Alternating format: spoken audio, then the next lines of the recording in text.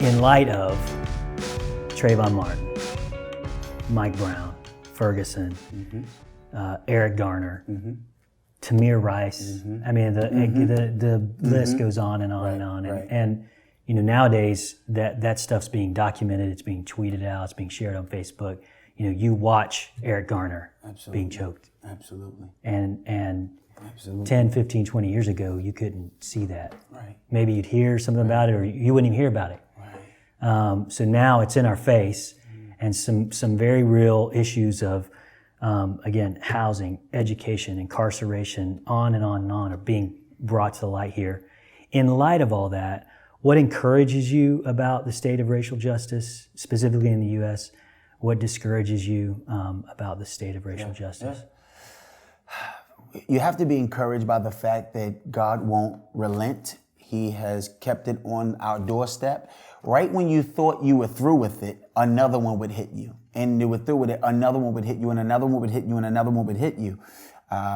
So I'm encouraged that God has determined that we will not be able to avoid it, duck it any longer.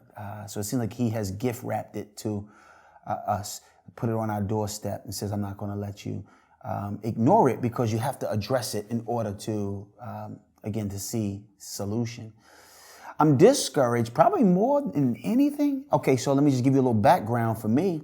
I've lived my whole life in primarily black contexts. I either lived in a city, in a neighborhood that was primarily black, or I had a black sphere where I was able to go. So I went to white evangelical schools, but I would go to a black church, or I lived in a black neighborhood, or I was traveling because of black churches. I mean, I was always somewhere where I had a haven where I did not experience nonstop, for lack of a better term, whiteness, right? As time has progressed, I too was living outside of the reminder of some of the things that's being brought up. I even was the guy that was always arguing like, man, don't make them feel bad about it. It's okay. I have not been an advocate for this. I thought we were further along than we were.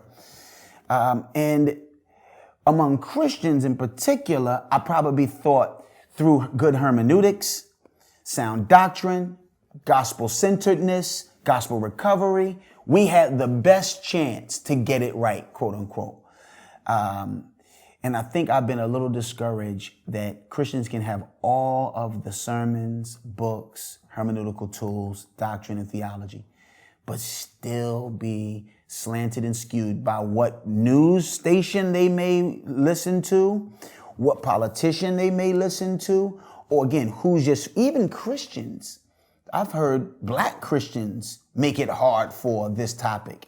Make a long story short, what I would say is I'm a little discouraged that the church seems as out to lunch and reluctant to deal with it. CNN was dealing with it. Now, again, they have a vested interest in the drama of the continued news cycle, but they were dealing with it, and I've seen churches that would not deal with it until it seemed like we better deal with it before this thing goes off the hinges. Like, it shouldn't have taken all of that. So I'm encouraged that it's a conversation. I'm a little discouraged that we have been revealed to be to a new generation.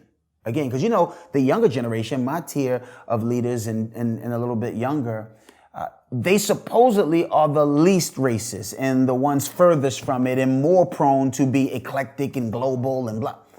And they're displaying sin of the fathers, sin of the sons. They're displaying that it's in them too. The skewedness, the lack of education, and a hard-heartedness toward being educated, especially by people who could educate them, which would mean that some of the more disenfranchised and some of the minorities that have to now do the educating.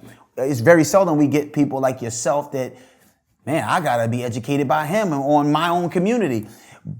By and large, they're gonna have to allow some voices that have never had the mic before. And so I'm a little discouraged that it is what it is, but encouraged that God is obviously determined to do something different because he's keeping it on our frontal lobes.